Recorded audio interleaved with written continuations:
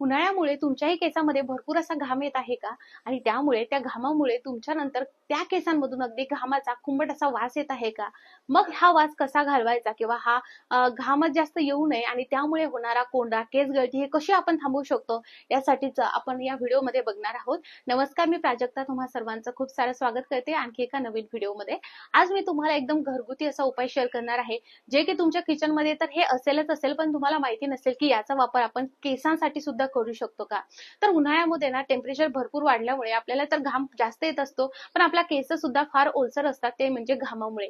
तर काय करायचंय, सगळ्यात प्रथम जर तुम्हाला ही समस्या असेल आणि घाम आल्यामुळे तुमची स्काल्प अगदी तेलकट होत असेल आणि त्यामुळे तुमचे केस खूप जास्त तेलकट दिसत असेल, भलेही तुम्ही आज हेअर वॉश केला आणि उद्या बघितलं तर अगदी तेलकट असं तुमचं पूर्ण केस दिसत असेल, तर मग तुम्ही ही रेमेडी एकदा नक्की ट्राय करा. मला सुद्धा ही फार समस्या होती, तर मी हे नक्की ट्राय करते आणि मला बऱ्यापैकी छान असा रिझल्ट मिळत आहे.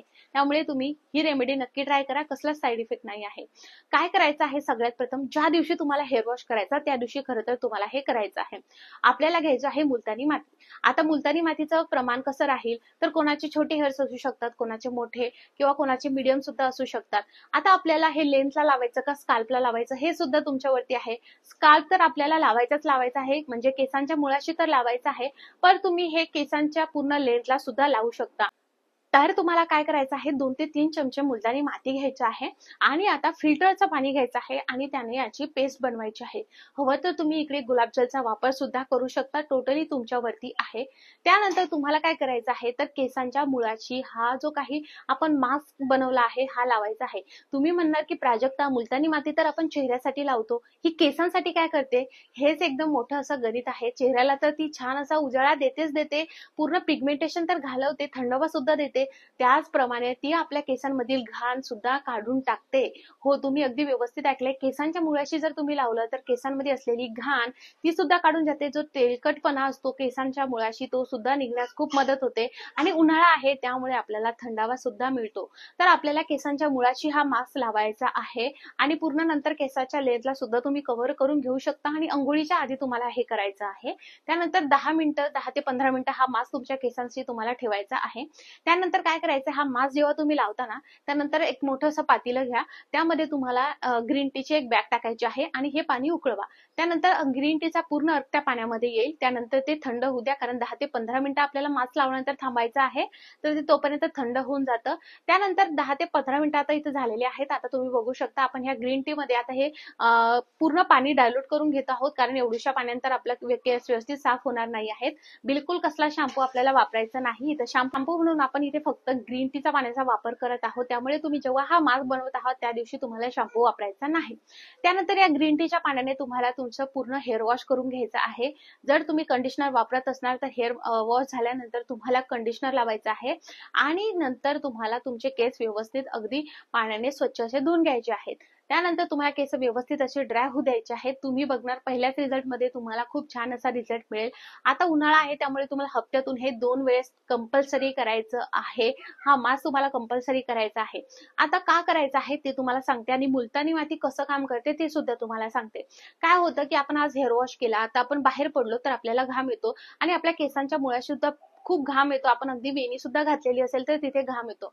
मग काय होतं की घाम आल्यामुळे आणि तो घाम जर व्यवस्थित सुकला नाही तर जी धूळ असते ना ती पूर्ण तो आकर्षित करून घेतो, कारण त्याच्यामध्ये मॉइश्चर क्रिएट झालेलं असतं आणि धूळ सगळी बसलेली असते आणि त्यामुळे तेल खूप जास्त प्रमाणात सिक्रेट होऊन तिथे खूप घाण अगदी साचते आणि त्यामुळे आपल्याला डॅन्ड्रफ होतो, हेअर फॉल होतो आणि केसांमधून कुंभट आणि घामाचा वास सुद्धा येतो.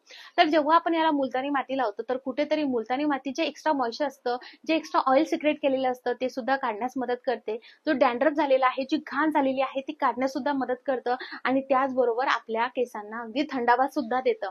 त्यामुळे मुलतानी माती नक्की लावा. तुम्हाला हेअर फॉल वगैरे काहीच होणार नाही. बेस्ट रेमेडी आहे. मी सुद्धा ही ट्राय केली आहे. तुमच्या समोर सुद्धा तुम्हाला ट्राय करून मी दाखवलेली आहे. आता बघा, तुम्ही हप्त्यातून 2दा हे ट्राय करत आहात, तर तुम्हाला नंतर जर हेअर वॉश मध्ये करायचा असेल तर जो शॅम्पू तुम्ही वापरता तो त्याने तुम्ही हेअर वॉश करू शकता. आता जर तुमचा फार तेलकट स्काल्प असेल तर तुम्हाला हे करायचं आहे 2 वेळेस कंपल्सरी, पण तुम्हाला थोडाफार असं वाटतंय तर तुम्ही 1 वेळ सुद्धा हे करू शकता. माझं खूप तेलकट स्काल्प आहे त्यामुळे मी हे ना वीक मधून 2दा तर करतच असते. आता आपण अजून काय करू शकतो ते सुद्धा बघूयात. तर सगळ्यात महत्त्वाचं म्हणजे कॅफीन युक्त पदार्थ खायचे नाही. नाहीत. तर ते पदार्थ खाल्ल्याने काय होतं की आपल्या शरीरातील गरमी वाढते आणि त्यामुळे मग आपलं स्काल्प जो आहे तो खूप ऑइली होतो आणि त्यामुळे आपले केस खूप ऑइली दिसतात. त्यामुळे कॅफेनयुक्त पदार्थ जे आहे ते खाण्याचं टाळायचं आहे, पिण्याचं टाळायचं आहे. त्यानंतर आपल्याला फळांचे रस हे जास्त प्रमाणात प्यायचे आहेत आणि हिरव्या पालेभाज्या तर खायच्या आहे, पण त्यामध्ये जे पालक असते ते आपल्याला जास्त प्रमाणात खायचे आहे, जेणेकरून जो तेलकटपणा असतो तो खूप कमी होण्यास मदत करत असतं. त्याचबरोबर तुम्हाला जो माइल्ड शॅम्पू असतो, हर्बल शॅम्पू असतो, त्याचा वापर तुम्ही नक्की करा, जेणेकरून हेअरफॉल, डॅन्ड्रफ ह्या गोष्टी जास्त तुम्हाला होणार नाहीत, सफर करावं लागणार नाही. आता हे सगळं करत असताना तुम्ही ना हप्त्यामधनं एकदा क्लॅरिफाईंग शॅम्पू जो मिळतात, जो आपला शॅम्पू असतो त्यापेक्षा थोडासा तो एक्सपेन्सिव्ह असतो, पण जास्तही एक्सपेन्सिव्ह नसतो. मी तुम्हाला इकडे स्क्रीनवरती देत आहे, प्रोडक्ट सुद्धा टॅग केले आहे, डिस्क्रिप्शन मध्ये सुद्धा लिंक दिलेली आहे. हे क्लॅरिफाईंग शॅम्पू तुम्ही हप्त्यामधनं एकदा वापरू शकता, जेणेकरून तुमच्या केसांचा जो काही पोत आहे तो सुधारण्यास मदत करतं. जो ड्रायनेस झालेला आहे केसांना तो सुद्धा सुधारण्यास खूप मदत करत असतं. त्यामुळे हा जर तुम्ही एकदा घेतला तर तुम्हाला वर्षभर अगदी बघायचं काम नाही. जो शॅम्पू तुम्ही वापरता तो तुम्हाला वापरायचा आहे, पण हप्त्यातून एकदा, जसं की आपल्याला संडे असतो त्या दिवशी सुट्टी असते, त्या दिवशी तुम्ही त्या शॅम्पूचा वापर करू शकता.